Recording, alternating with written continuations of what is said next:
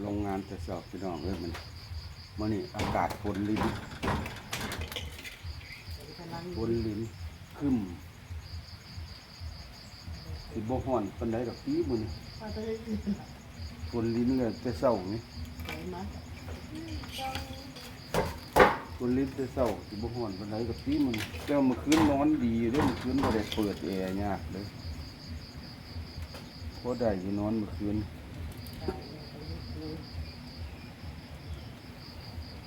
มือฮ้อนคืนนี่ใครอยู่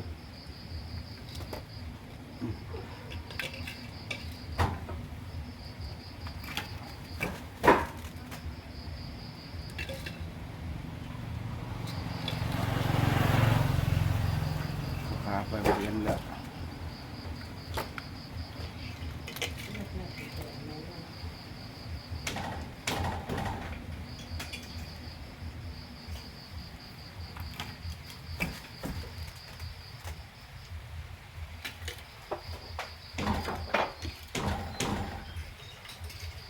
เมื่อคืนนี่บ่ตกเลยน้ำฝนมาลิ้นนี่มันสอบ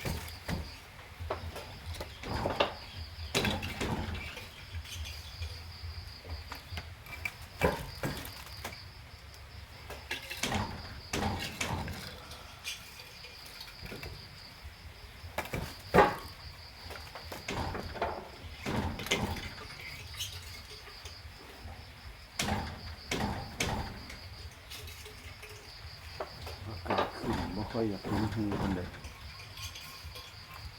ที่ตาเจ้าของบ่ดีย่านที่มันตาบ่ดีสิได้ง่าย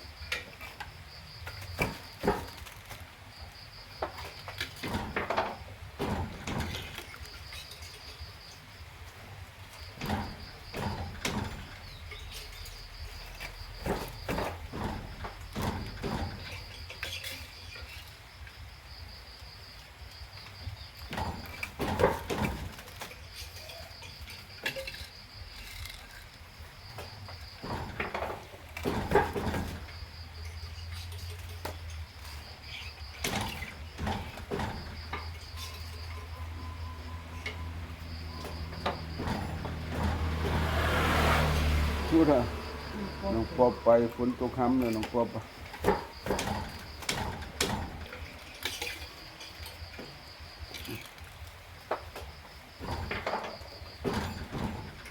มีน้ำบ่ทันได้มาเลยดิมีน้ำมีนิ้วบ่ทันได้มาแต่คนมีน้ำมีหนู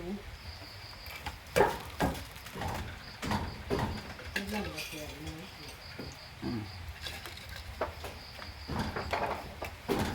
คนเล่นก็ต้องม้วนต้องน้ำกินโอ้โหจ่าเจ๊ค่ะเลยเนาะคนบ่เคยหลงเชื่อไปบ่ทันจะเชื่อลองซื้อเสร็จเลย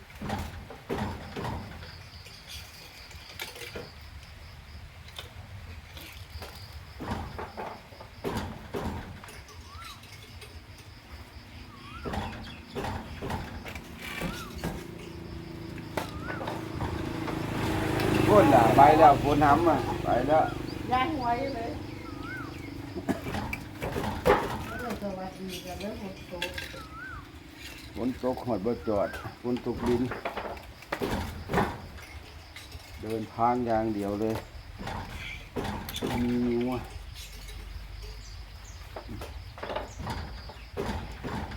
มีนาเขาได้มาหรือมีนา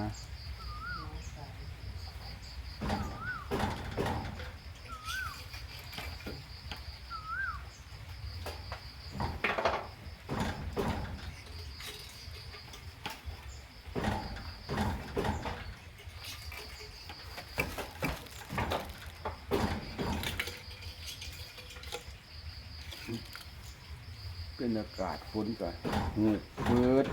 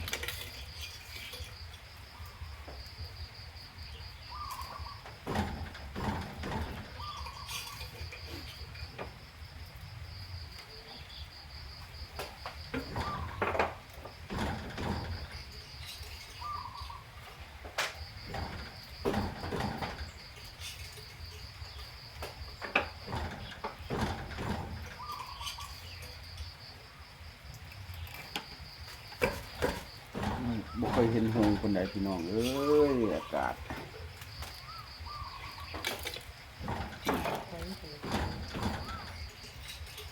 พอกระเทินที่เปิดไฟกับพอกระเทิน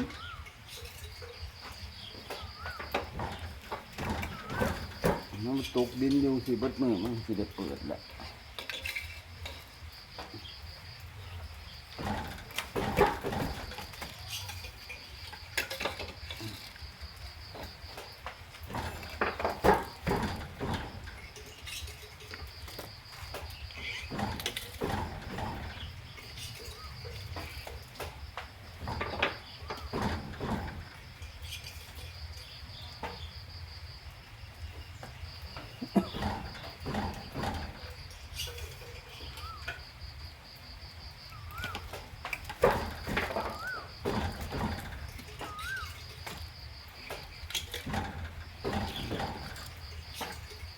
บ่พอไปหากินข้าวเช้าเลยเนาะ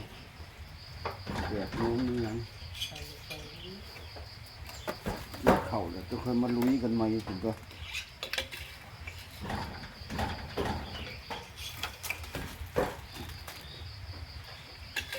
เอาให้มันท่วมมันไม่ท่วมบ่ท่วมตรงนี้แล้วก็สิได้แก้มีกับมืออื่นนะ